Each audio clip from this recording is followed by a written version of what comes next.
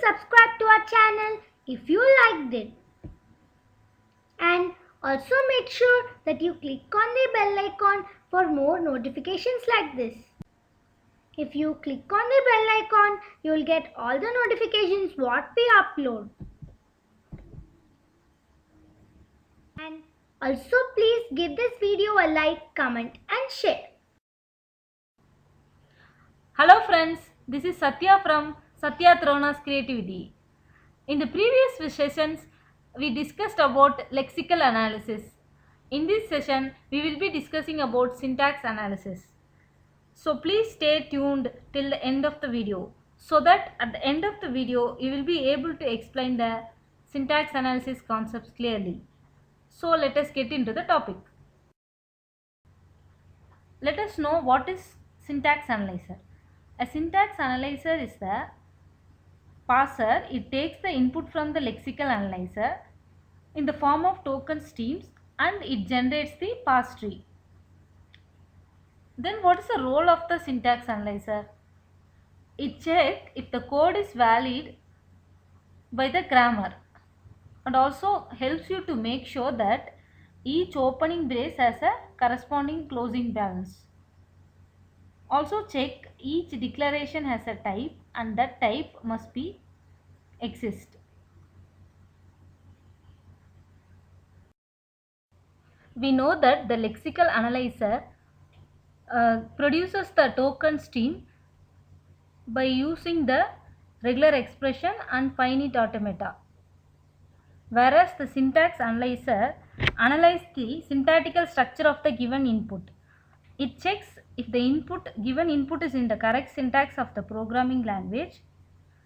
It will create a parse tree or syntax tree. The parse tree is here developed with the help of predefined grammar of the language. The syntax analyzer also checks whether the given program fulfills the rules implied by the context-free grammar. If it satisfies, the parser then creates the parse tree of the source program. Otherwise, it will generate the error message. We have seen that the lexical analyzer can identify tokens with the help of regular expressions and pattern rules. But a regular expression cannot check the syntax of the given sentence due to some limitation in the regular expressions. But the regular expression cannot check balancing tokens such as parentheses.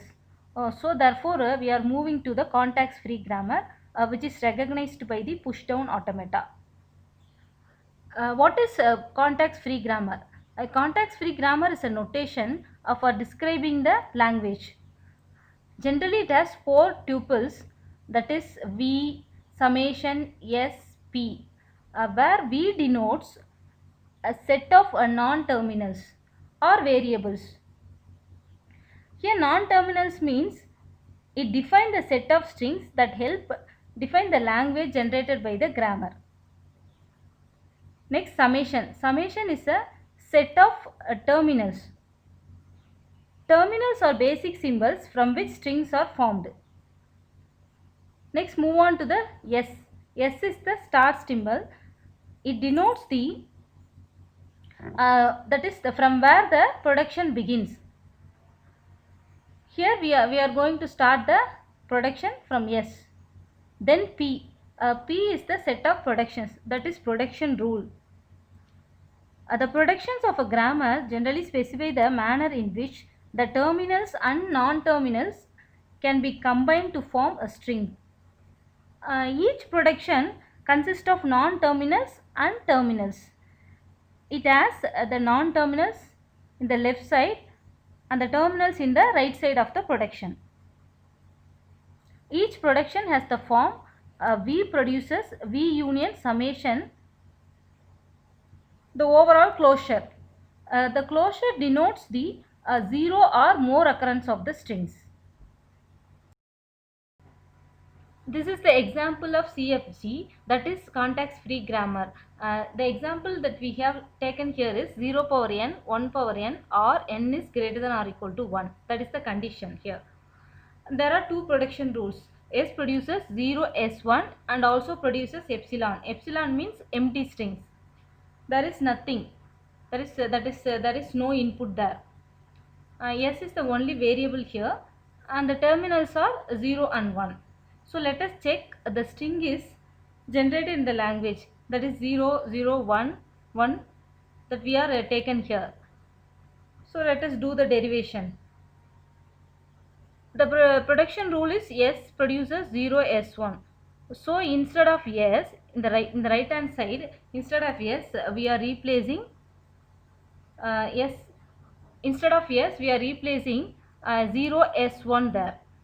So 0 0 S1 1.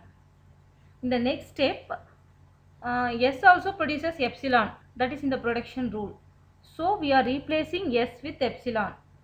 So in the next step, 0 0 epsilon 1 1. So epsilon means nothing. So we can eliminate that one. So the final result is 0 0 1 1. That is the string we have taken for the example. So we got the string. So that string is generated in the language. Next one is derivation. A derivation is basically a sequence of production rules in order to get the input string during parsing. There are two derivations, leftmost derivation and rightmost derivation. In the leftmost derivation, input is scanned and replaced from left to right, whereas in the rightmost derivation, the input is scanned and replaced from right to left. Consider the production rules. E produces E plus E, E produces E star E, E also produces ID.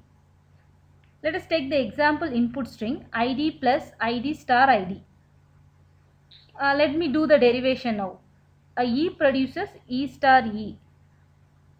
Why we are taking E produces E star E first means, look at the input string, it is having ID plus ID star ID. In the right side, it is having the star symbol. In the leftmost derivation, we should start the derivation from the left side, that is leftmost side. So we are taking E produces E star E first. In the second step, E is replaced with E plus E. So it becomes E produces E plus E star E. Look at the third step. E produces ID plus E star E. The first E is replaced by ID. That is in our rule, E produces ID. So we are replacing E by ID. In the fourth step, the second E is replaced by again ID. So E produces ID plus ID star E. In the final step, E produces ID plus ID star ID. That is the third E also replaced by ID. So finally we got the string what we required, that is ID plus ID star ID. When we see it, it looks like a left slash. That is what we should check the leftmost derivation. Coming to the rightmost derivation, we are starting the derivation from the rightmost side. The only difference between the leftmost and rightmost derivation is the starting derivation. That is, in the leftmost we are starting from the left side. In the rightmost we are starting the derivation from the right side.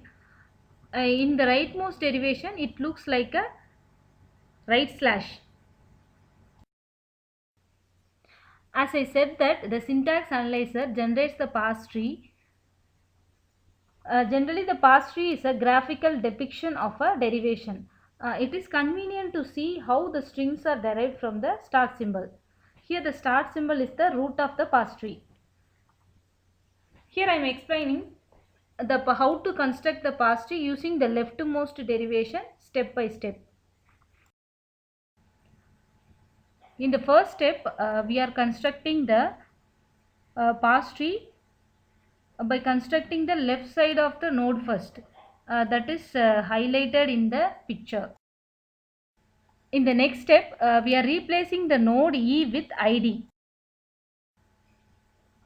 In the third step, we are replacing the next E, that is the second E, by ID. So we got ID plus ID here. This is the last step. that we are going to replace all the non-terminals with the terminals.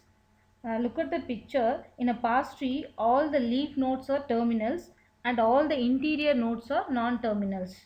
In order traverse gives original input string. The next topic is ambiguity.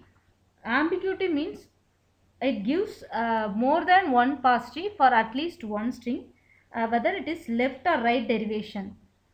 For the string id plus id minus id, the above grammar generates the two pass trees. Next topic is parsing.